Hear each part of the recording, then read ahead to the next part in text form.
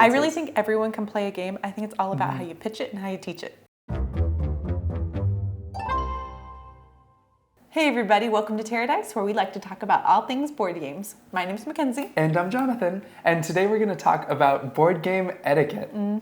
So this is tabletop manners, so we're going to take you through beginning to end what the etiquette or things that you should maybe be doing or just keeping in mind of when you're going to play board games at people's house, or maybe you wish people would do this. This might just be a coping session, honestly. Yeah, we might just be like, yes, listen to me. But I hope you guys find this stuff useful and keep watching if you want to learn more. All right, so section 1 is setting the stage. So for this one, first we have to pick our game. The etiquette, I would say, for this one is how to choose the right game for the people you're playing with. Now, you want to take in, and also a big one, which I don't think a lot of people consider, is how much time you have.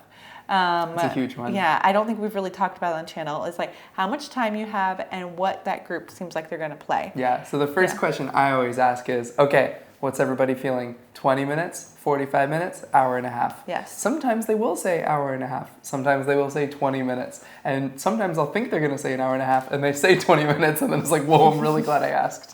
So it's very important that you kind of figure that out first. So a way of picking the game is I usually like to go by theme. I usually will give them some choices. Like I'll pick 3 potential themes and I will just describe the game based on the theme, like by a sentence, and then get them to pick by that way. Or if they're gamers, they probably have something in mind. But I would list out like 3 that you're willing to play and know the rules to, which is the next step, but that's an important one. Yeah, I think that's actually a really important thing. Like this applies to both gamers and non-gamers. Yes. Like I might be able to tell you, you want to play Clank Catacombs or Great Western Trail. That might appeal to somebody. Or I might say like, do you want to like run around a dungeon collecting treasure or do you want to wrangle cattle? You can pick a game on the fly. However, I think a nice board game etiquette is if you are all meeting up with the intention to play a game, you should decide on the game beforehand. So that way the person who you're going to, they can read the rules, they can brush up on it, maybe already have the game set up if it's going to have a long setup. So that's a good idea too. We actually, with one of our game groups that I'm a part of, they go as far as saying like Monday by 6 p.m. you have to vote on what the game's going to be, and Wednesday at 6 is when we play it. So that gives that person an extra 2 days to refresh themselves on the rules. We should not be needing to pull out that rule book during the game. I really think everyone can play a game. I think it's all about how you pitch it and how you teach it. Okay, for the second section, as you're starting your game, how do you make a game not overwhelming or make it not like an extremely long, unnecessary process? Or get people to quit before you even start. Yes, okay, so a couple things. Dedicate one person to like getting things set up. Like if you guys are talking, it's great. Like what we love to do is Mackenzie keeps talking to everybody and I set things up so people don't notice how long the setup takes because we keep them distracted.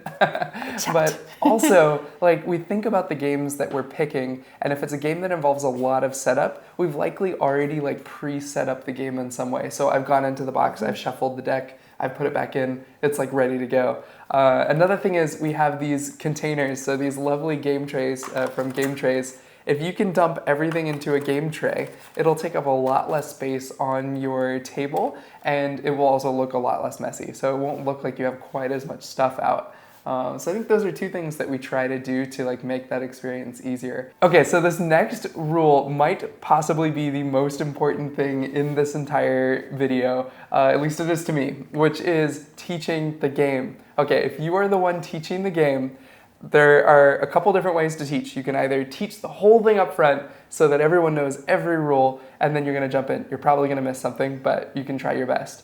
The second way is to play a teaching game where you're going to teach it as you go on. You accept the fact that you don't know all the rules going into it. You might not win because of that. And maybe 20 minutes or so in, as you get to that next phase of the game, you start to introduce more of those rules. So this is typically the way I like to teach games. And what I will do is I will say, okay, do you guys want to know the whole teach or just enough to get started? They'll almost always say enough to get started.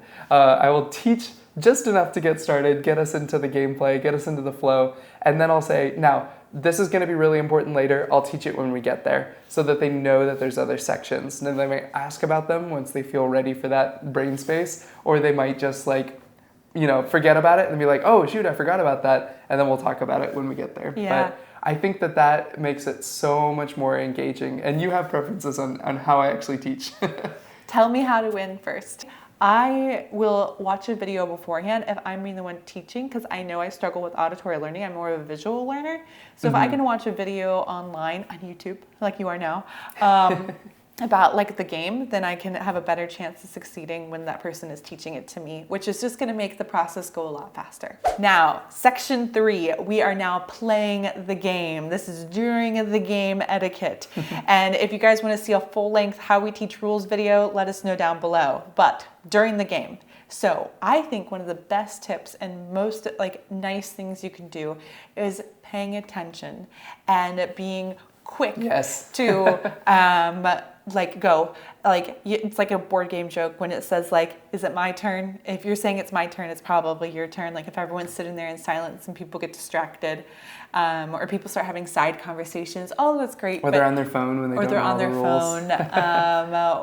Or you just, it's like you want to respect everyone's time and keep with the pace. And when it's your turn, go.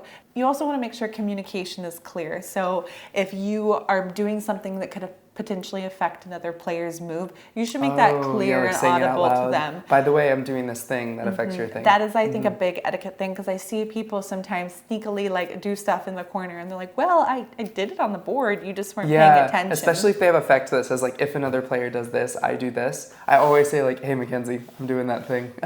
So that she knows she can get her points. Yeah.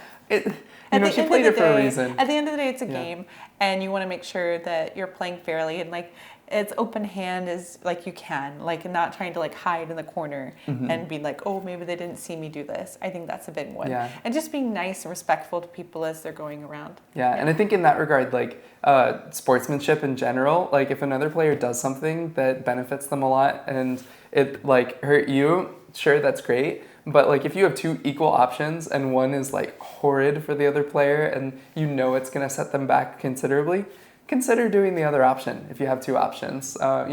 Everyone wants to feel rewarded for the engine that they built, for the pieces that they put down. It is, competitive edge is a thing, but if you have 2 very equal options and that player is not in first place, let them have their points. Rule discrepancy. How do we do it without breaking the flow? Okay, so my general rule is if you cannot find, like, let's say we have a question about a rule or someone challenges something. If you cannot find the answer within 30 seconds in the rule book, it's like, I'm looking, it's been 30 seconds. At that point, I want to make like basically a table call. Like, what do you guys think the rule is? Like, what's likely the scenario? You guys think that's right? Okay, cool. And we'll settle it right there as a group. Now, there's a chance we'll get the rule wrong. Sometimes we do. But we're going to play the game again if we liked it. And it's a game at the end of the day. And hopefully that didn't make or break it. But we always will follow up with like, oh, by the way, we played this wrong. This is how this was supposed to be played. You can't get it all right. Or at least to me, it's not worth the extra 5 minutes to find that out. Wrapping up the game. And just, I think, some polite tidbits. I'm going to do some polite ones first. If people have snacks, I've offered you snacks or you've brought snacks, ask the person that's hosting like where you would like those snacks to be. Some people, like, we now have a table mat, a board game mat, but we have off to the side space now where we can put snacks. Before we had a smaller table. Before we had a smaller table where we would have not wanted snacks on our table mat. And we always make sure we have coasters for water.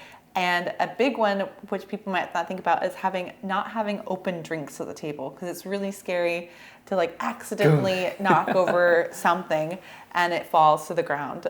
When I usually play, I usually like have it on the ground next to me, because I would rather knock it over with my foot than knock it over on the game. Yeah, so that's a big one. And also not eating messy food on someone else's game is going to be a big one. And if it's a game, if it's your game and you really care about this game, like you would like die if someone would mess it up, tell people, say it out loud, and also put those card sleeves on. I'm not a fan of card sleeves, but if you are very particular about it and would be upset if something happened to them, that's why they're there. It's like putting a cover on a couch. It is an option to you.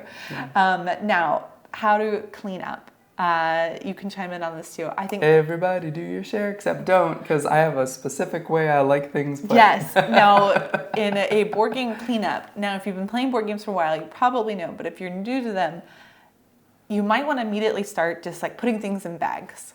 If this is not your game, that person probably has a method to how they want to put it away, or something. Or like Jonathan doesn't like me helping. He's like I find it therapeutic. I want to do it myself.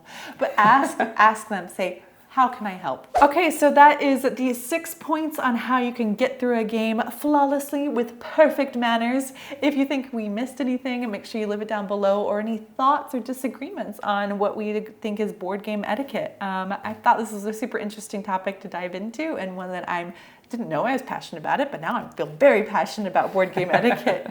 But as always, thank you guys so much for watching. If you like this video, make sure to like and subscribe and hit that notification bell so you know whenever we put out a new video. And we'll see you next time. Happy playing!